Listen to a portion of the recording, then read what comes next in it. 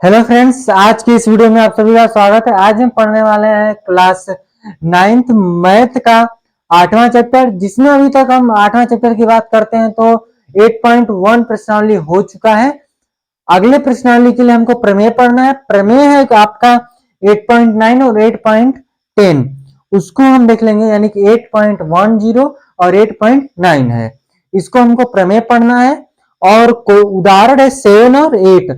अगर बात करते हैं पूरे अभ्यास की तो 7 और 8 है, और प्रश्नावली की बात करते हैं 8.2 के लिए उदाहरण तो पहला और दूसरा है, दो उदाहरण दिए हैं, उसको कर लेंगे और प्रमेय कर लेंगे। ठीक है, अगर इसके पिछले वीडियो में किसी भी क्वेश्चन, उदाहरण, प्रमेय, कोई भी टॉपिक से रिलेटेड कोई भी आपको प्रॉब्लम आती है, नहीं समझ में आता है क्वेश्चन, आप कमेंट कर सकते हैं, या फिर डिस्क्रिप्शन में व्हाट्सएप ग्रुप का लिंक है, ठीक है, वहां आपको नहीं मिलता है व्हाट्सएप ग्रुप का लिंक तो जाइए चैनल पे व्हाट्सएप ग्रुप का लिंक है, वहां पर आप जाकर ज्वाइन हो सकते हैं। ठीक है, तो चलिए आज का लेक्चर शुरू करते हैं, जिसमें हमको पढ़ना है प्रश्नावली की बात। अध्याय है आपका अध्याय 8 है, जिसका नाम है चतुर्भुज। चतुर्भुज में हम प्रमेय करेंगे 8 पॉइंट प्रश्नावली 8.2 के लिए, जिसमें प्रमेय है, प्रमेय नंबर है प्रमेय 8.9, अभी हम बोले भी थे। ठीक है, तो देखिए हम इसको लिख लेते हैं पहले, फिर उसके बाद हम करेंगे। ठीक है, क्या बोला है, किसी त्रिभुज की किन्हीं दो भुजाओं के मध्य बिंदु को मिलाने वाली रेखाखंड तीसरी भुजा के समांतर होता है। ये बात कही गई है, तो इसको हम पहले लिख लेते हैं।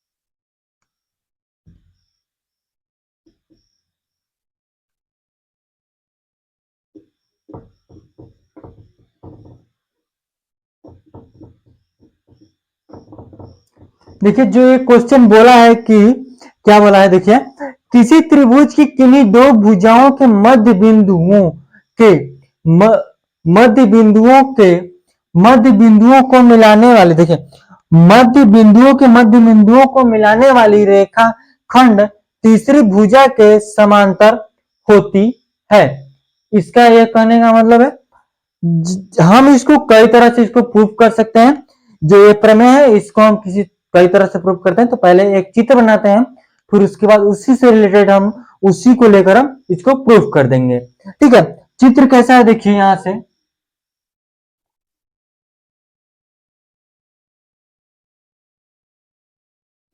ए बी सी है, ये इसका मध्य बिंदु है जो सम को मिलाया है, ई एफ डी है, ई एफ डी है।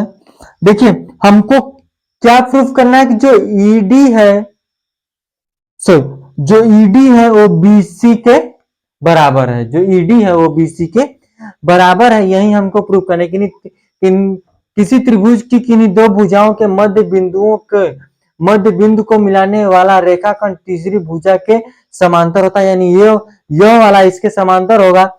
ये दोनों को हम इसको समांतर बनाएंगे, किस तरह से उसको देख लीजिए। ठीक है, तो क्या करेंगे, हम लिखेंगे हल, लिखेंगे। देखिए, हम अगर त्रिभुज त्रिभुज लेते हैं ए ई एफ, ए ई एफ है ना, हम इसको सर्वांगसम ले लेंगे कि सर्वांगसम है। देखिए जैसे कि त्रिभुज लिए ए ई एफ सर्वांगसम है त्रिभुज ए बी सी के, क्या है ए बी सी के या फिर सी डी ई, यह इसके ले ले सी डी एफ के, इसको ले लेते हैं सी डी एफ के सर्वांगसम है। हम इसको सर्वांगसम ले लिए, किसके अनुसार लिए हैं सर्वांगसम, तो देखिए यह एंगल देखेंगे तो इसके बराबर होगा एकांता कोण से, एकांता कोण से बराबर होगा यह वाला, क्योंकि इधर काट देंगे इधर चला गया, ये त्रियक रेखा हो तो ये तो एकांता कोण से क्या हो जाएगा, ये वाला एंगल इसके बराबर हो जाएगा। ये लिख रहे हैं आप खुद से समझिएगा, एंगल एंगल हो गया, एक एंगल हो गया। भुजा की बात देखिए और क्या है कि ये जो है ये वाला इसके बराबर हो जाएगा शीर्षाभिमुख कोण के अनुसार, दो एंगल हो गए। और एक भुजा की जब बात करते हैं तो आप भुजा भी ले सकते हैं यह इसके बराबर, तो इसको क्या लिख सकते हैं कि एंगल साइड एंगल नियम के अनुसार, नियम से हम इसको क्या लिए सर्वांगसम ले लिए। जब इसको हम यहां से सर्वांगसम ले लिए तो हम क्या लिख सकते हैं, इसलिए जो EF है वो DF के बराबर हो जाएगा और जो BE है वह AE के बराबर और किसके DC के बराबर। देखिए जो BE है वो AE के बराबर और DC के बराबर हो जाएगा, यानी कि DC के बराबर हो जाएगा, इतना आप समझिएगा ठीक है। इसके अनुसार ना समझना। अब देखिए आगे और क्या लिख सकते हैं कि अतः जो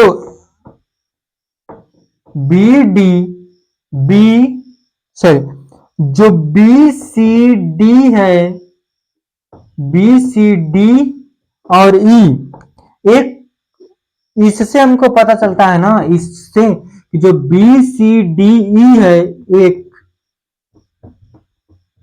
समांतर चतुर्भुज है। क्या एक समांतर चतुर्भुज है, इतना क्लियर हुआ। देखिए हम इसके अनुसार इसको प्रूफ किए, ये हम पहले से ही इसको सर्वांगसम ले लिए, आप इसको सर्वांगसम प्रूफ ही पहले प्रूफ कर लीजिए, आपको पता है कैसे प्रूफ करेंगे, हम बताएं यह वाला एंगल इसके एकांता कोण से, यह एंगल इसके शीर्षाभिमुख कोण से, यह इसको बराबर कर दिए, सिंपल सी बात है ठीक है। इतना क्लियर हुआ तो आप इसको क्या लिख सकते हैं कि इसमें क्या है, जो EF है वो समांतर हो जाएगा BC के, किसके BC के समांतर हो जाएगा। तो ध्यान जब देंगे यहां से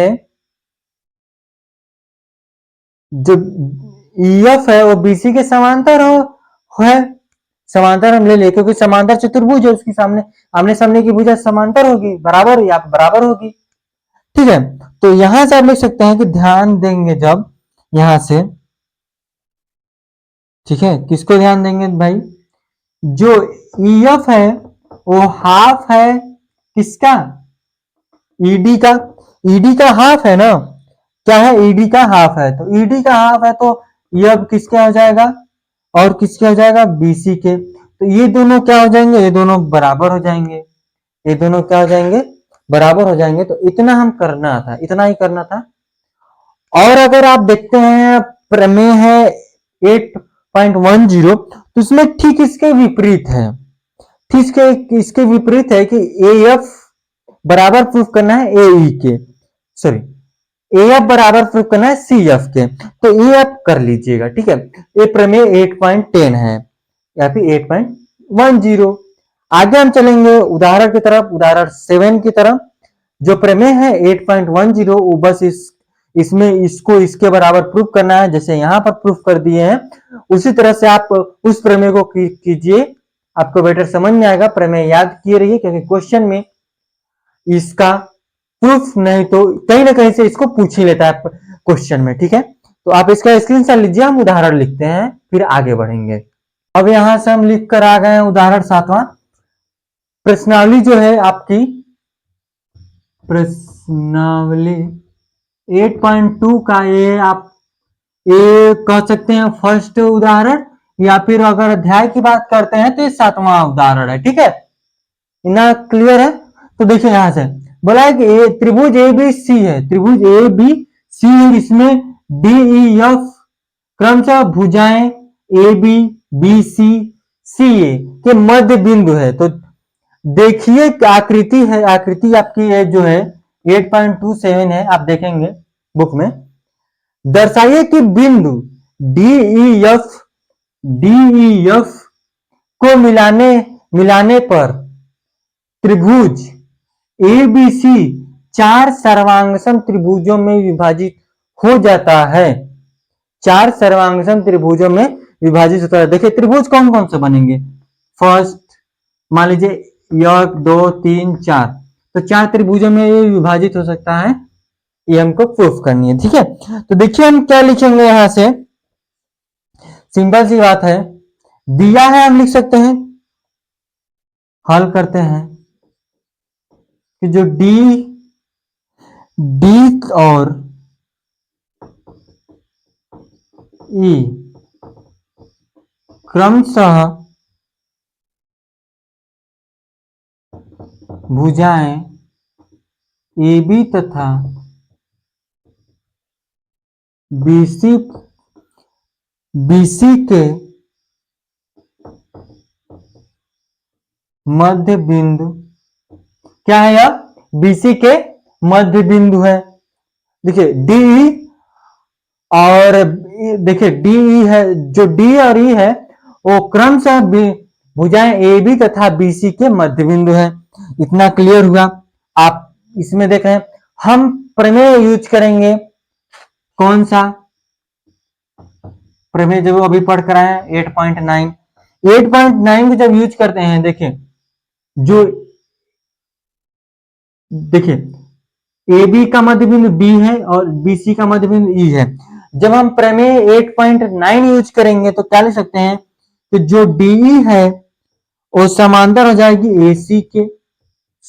देखिएगा समझिएगा बात को, जो डी है वो समांतर हो जाएगा, अगर ये त्रिभुज देखते हैं जो यह है इसके समांतर हो जाएगा, समांतर की बात करें बराबर की नहीं। ठीक है, इतना क्लियर हुआ। और क्या लिख सकते हैं, इसी प्रकार और क्या लिख सकते हैं कि जो ई एफ है वो ए बी के समांतर है। और क्या लिख सकते हैं कि जो डी एफ है वो क्या हो जाएगा, बीसी के समांतर, और जो ई एफ है वो क्या हो जाएगा, ए बी के समांतर। प्रमेय बोले ना, अगर आप प्रमेय अगर ध्यान से पढ़े हुए हैं, अभी जो पढ़ाए हैं, तो उससे आपको सारे क्वेश्चन क्लियर होते जाएंगे, कौन सा प्रमेय कहाँ यूज हो रहा है, किस हिसाब से यूज हो रहा है। तो हम उससे कर सकते हैं सारे क्वेश्चनों को, प्रमेय अगर पढ़ लिए हैं तो। देखिए अब आते हैं आगे, इसीलिए लिखेंगे, इसीलिए A D E F A D E F A D E F की बात करेंगे, और बी डी ई एफ लिख सकते हैं, बी डी एफ ई लिख सकते हैं। देखिए हम लिखे ए, देखिए ए डी ई एफ, और क्या लिख सकते हैं कि बी डी एफ ई हो गया। एक और क्या लिखेंगे, और ध्यान से देखिएगा, एक और लिख सकते हैं कि डी एफ सी लिख सकते हैं ना, ये भी लिख सकते हैं। देखिए डी एफ सी ई लिख सकते हैं। चतुर्भुज देख रहे हैं ना, ध्यान दीजिएगा, हम इसको चतुर्भुज देख रहे हैं इसको। ठीक है, आगे आइए, अगला एक, सॉरी इसमें इतना ही बनेगा, में से प्रत्येक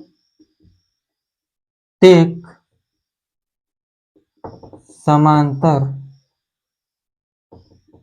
चतुर्भुज है। अब जो DE है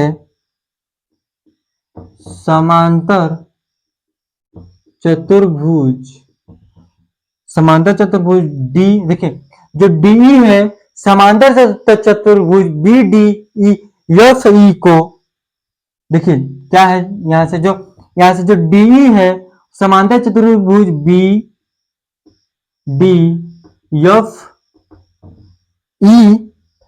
का एक विकर्ण है। क्या है? विकर्ण है। कौन? BDFE। कौन? DE उसका चतुर्भुज का विकर्ण है। इतना हम लिख दिए। अब देखिए उसी तरह से ना सभी का लिख सकते हैं, आप सभी का लिख सकते हैं ना, तो इसीलिए जो त्रिभुज है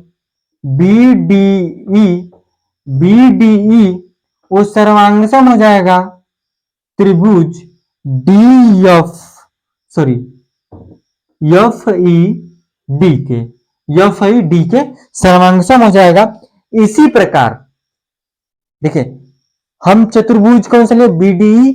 BDE लिए ना, तो BDE में जब हम ऊपर से समांतर किए हैं, जब उसकी विकर्ण है, विकर्ण दोनों को आधा आधा करेगी, तो जो त्रिभुज बनेगा BDE और FED वो क्या करेगा? यहां से सर्वांगसम हो जाएगा। तो इसी प्रकार दो त्रिभुज जो और है उसमें हम, सॉरी दो चतुर्भुज जो और है समांतर चतुर्भुज, एक यह और एक यह, उसमें भी तो त्रिभुजों को सर्वांगसम सिद्ध कर सकते हैं। तो यहां लिख सकते हैं, देखिए इसी प्रकार त्रिभुज DAF, देखिए DAF, हम इस चतुर्भुज की बात कर रहे हैं। चतुर्भुज में कौन सी? ADEF में कौन सा हो जाएगा पर सर्वांगसम? ADF सर्वांगसम हो जाएगा त्रिभुज किसके? FED के। ध्यान दीजिएगा, ये जो है ना ADF FED के सर्वांगसम हो गया। ये दोनों सेम है, ध्यान दीजिएगा, ये दोनों में सेम है। आगे आइए, आगे हम लिखते हैं ये वाला, इस वाले त्रिभुज में आते हैं कि जो कौन सा? DFCE। इसी प्रकार लिख सकते हैं कि कौन सा चतुर्भुज ये देख रहे हैं DFCE में, तो हम लिख सकते हैं क्या कि जो त्रिभुज EFC है वो सर्वांगसम हो जाएगा त्रिभुज FED के। तो देखो चारों जो त्रिभुज है वो सर्वांगसम है। हम उसी को सिद्ध करना कि चार सर्वांगसम त्रिभुजों में विभाजित हो जाता है, वही हमको प्रूफ करना था। तो यहां से हो गया कि यह क्या हो गया? चार सर्वांगसम त्रिभुजों में बदल गया है। ठीक है, इतना क्लियर हुआ। तो देखिए इसी तरह से है 8वां उदाहरण, उसको भी हम करते हैं। आप इसका स्क्रीनशॉट लीजिए। ठीक है, ये समझ में आ गया होगा। बस इतना ही था, कुछ नहीं था समझना, बस हमको इसमें थोड़ा सा समझना है। मतलब चित्र, अगर आपको चित्र बनाने आ गया, आप सारे ये जो क्वेश्चन है ऐसे क्वेश्चन सभी कर सकते हैं। बस आपको उस चित्र को बनाने आना चाहिए, किस तरह से बनेगा। ठीक है, तो आप इसका स्क्रीनशॉट लीजिए, हम आगे बढ़ेंगे। यहां से देख लेते हैं 8वां उदाहरण। यह है प्रश्नावली जो 8.2 है उसके लिए लास्ट उदाहरण है। फिर उसके बाद प्रश्नावली शुरू हो गया है, तो प्रश्नावली हम नेक्स्ट लेक्चर में कर लेंगे। अभी बस उदाहरण तक करेंगे। ये लास्ट उदाहरण है, इस लेक्चर का लास्ट क्वेश्चन भी बोल सकते हैं। ठीक है, चलिए यहां से क्या है लिखा है कि जो LMN तीन समांतर रेखाएं हैं, LMN तीन समांतर रेखाएं हैं जो त्रियक रेखाएं P और Q द्वारा इस प्रकार प्रतिच्छेद की। LMN रेखा P पर समान अतः खंड AB BC, सो 1 सेकंड, ABBC काटती है। दर्शाइए कि जो LM और N रेखा Q पर भी समान अतः खंड डी ई एफ काटती है। जैसे कि वो बोला कि जो ए बी है वो बीसी के समान दूरी पर है, तो हमको प्रूफ करना है कि जो डीई है ई एफ के भी समान दूरी पर है, ये हमको प्रूफ करना है। ठीक है, यही बोला है करने के लिए। देखिए क्या लिखेंगे, लिखेंगे हम हल करेंगे कि हमें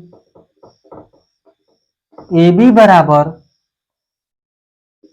बीसी दिया है, ए बी बराबर बीसी दिया है ना, ये तो दिया है, ये दिया है, और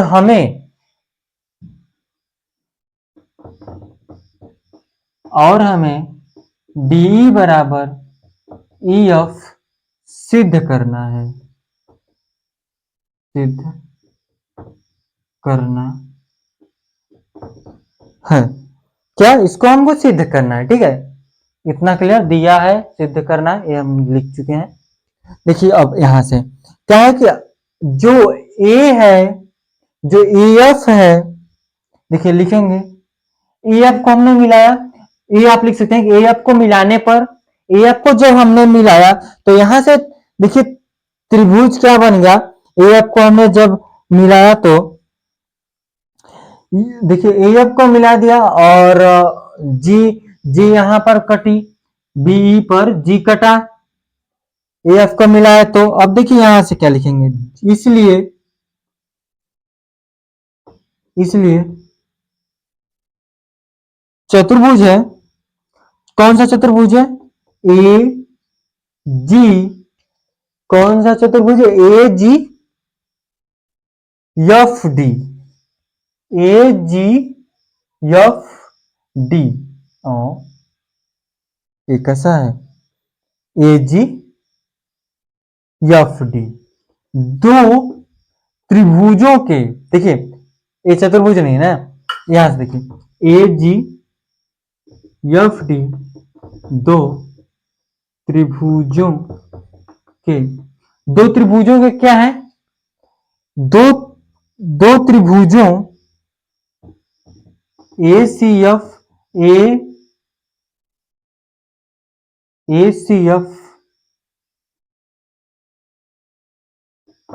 और ए एफ डी में विभाजित हो जाता है, में विभाजित हो जाता है। कौन, 1 सेकेंड, कौन सा, ए सॉरी, ये जो चतुर्भुज है ना ए सी एफ डी, ओ ए सी एफ डी, ओ त्रिभुज ए सी एफ और ए एफ डी में विभाजित हो गया। ठीक है, जब दो में इसको हम विभाजित कर दिए और उसके बाद हम क्या लिख सकते हैं कि जो त्रिभुज है ए सी एफ में, ए सी एफ में जो भुजा, ए सी एफ में जो बिंदु बी है, बिंदु बी भुजा ए सी का मध्य बिंदु है, एसी का मध्य बिंदु है, तो जो ए बी है वो बीसी के बराबर है, ए बी है वो बीसी के बराबर है। तो उसी तरह से इसी प्रकार साथ ही लिखेंगे, और साथ ही जो जो बीजी है वो समांतर हो जाएगा सी एफ के, जो बीजी है वो समांतर है सी एफ के साथ ही। इतना क्लियर है। अब देखिए उसी तरह से दूसरे त्रिभुज में भी तो होगा इसी, अब जो जी है लिखेंगे, अब जी बिंदु जी, बिंदु जी भुजा एफ का मध्य बिंदु है, एफ का मध्य बिंदु है। ठीक है, जब एफ का मध्य बिंदु है तो यहां से और क्या लिख सकते, और क्या लिख सकते हैं, जो जी है ए एफ का मध्य बिंदु है, तो जो त्रिभुज ए एफ डी,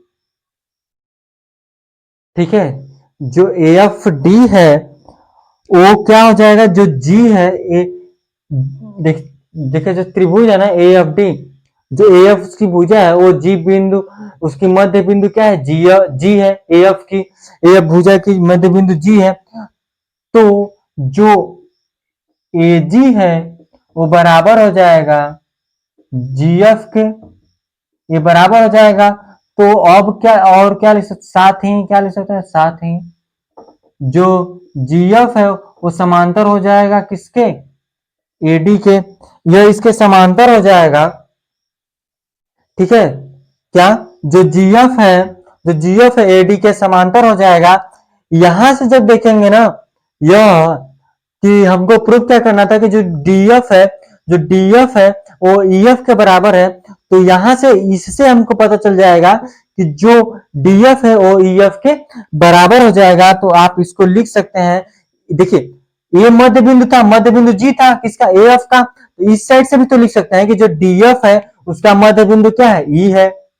आप लिख सकते हैं ना इतना, आप इतना लिख लीजिएगा कि जो डीएफ है उसका मध्य बिंदु क्या है, ई है, तो डीएफ बराबर ईएफ हो गया, काम खत्म हो गया, इतना ही करना था, ठीक है। तो आज के लिए बस इतना रखेंगे। अगर आपको इस क्वेश्चन या फिर किसी भी क्वेश्चन में कोई भी दिक्कत आती है, नहीं समझ में आता है, तो आप कमेंट कर सकते हैं, ठीक है। तो चलिए आज के लिए बस इतना रखते हैं, धन्यवाद।